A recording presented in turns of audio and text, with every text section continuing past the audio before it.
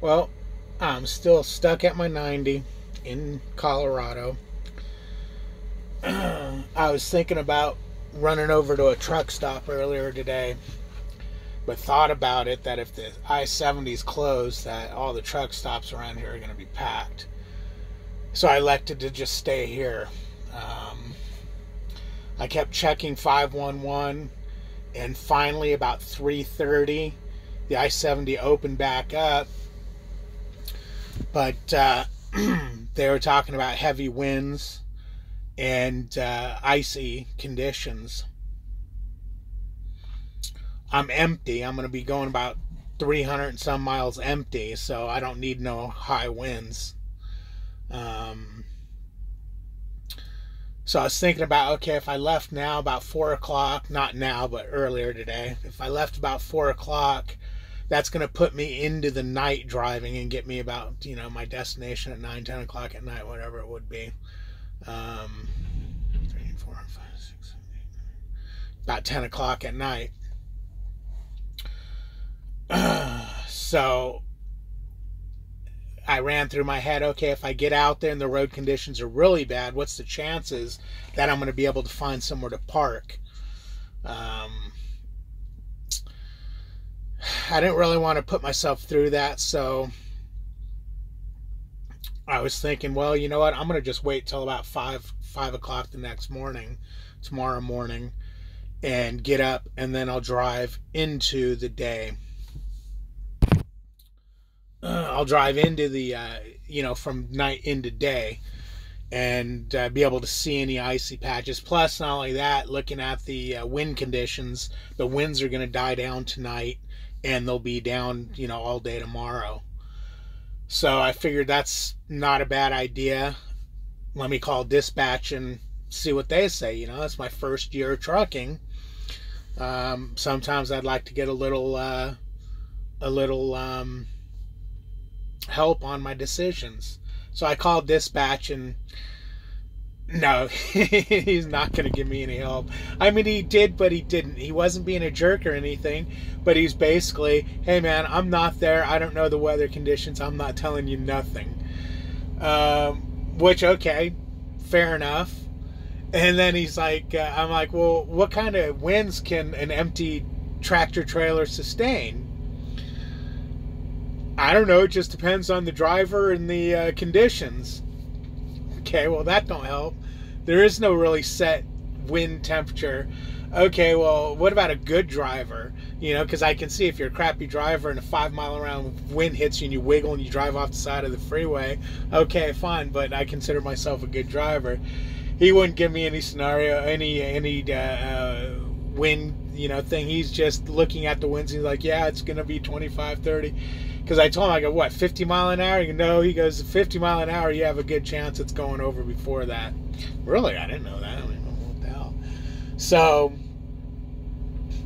that's a trip. I have my mirror onto my TV because I'm watching The Punisher.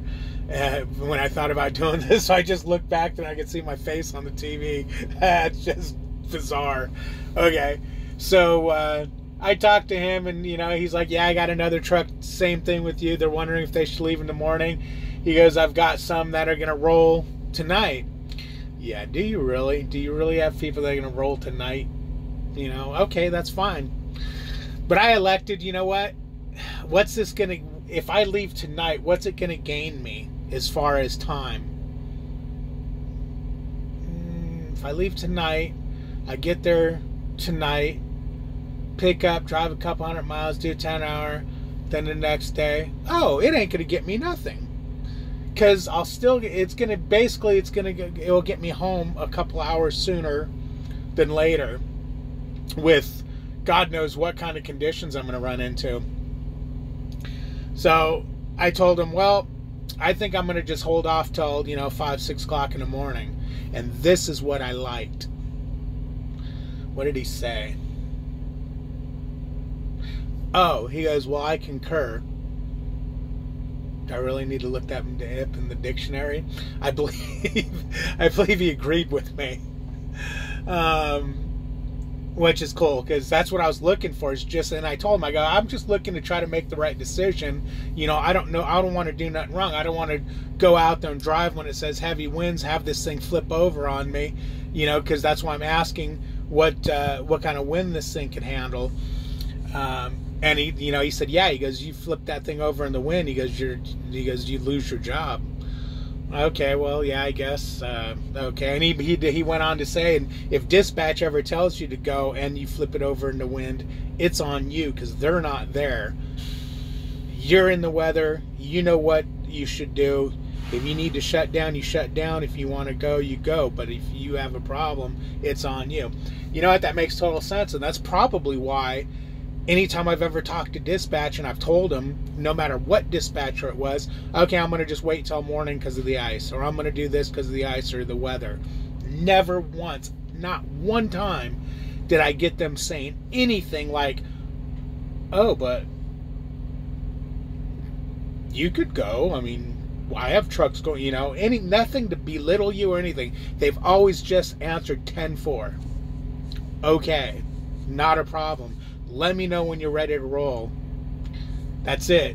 That's I gotta show you guys this. I wonder if it's gonna freak out.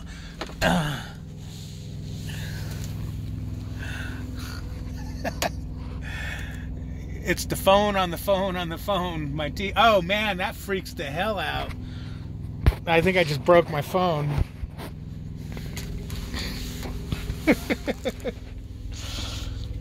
So anyways, that's where we're at. I get to spend another night here.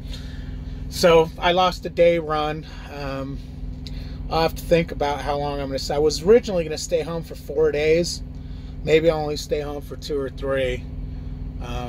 But my wife and I, we've always talked about, or I've always told her how winter, it's going to be very unpredictable. Always save some money for winter because you're not going to always be able to run. And these jokers on these forums that, I run at night in the ice when there's 3 feet of ice built up on the highway. I just skate across that, you big babies.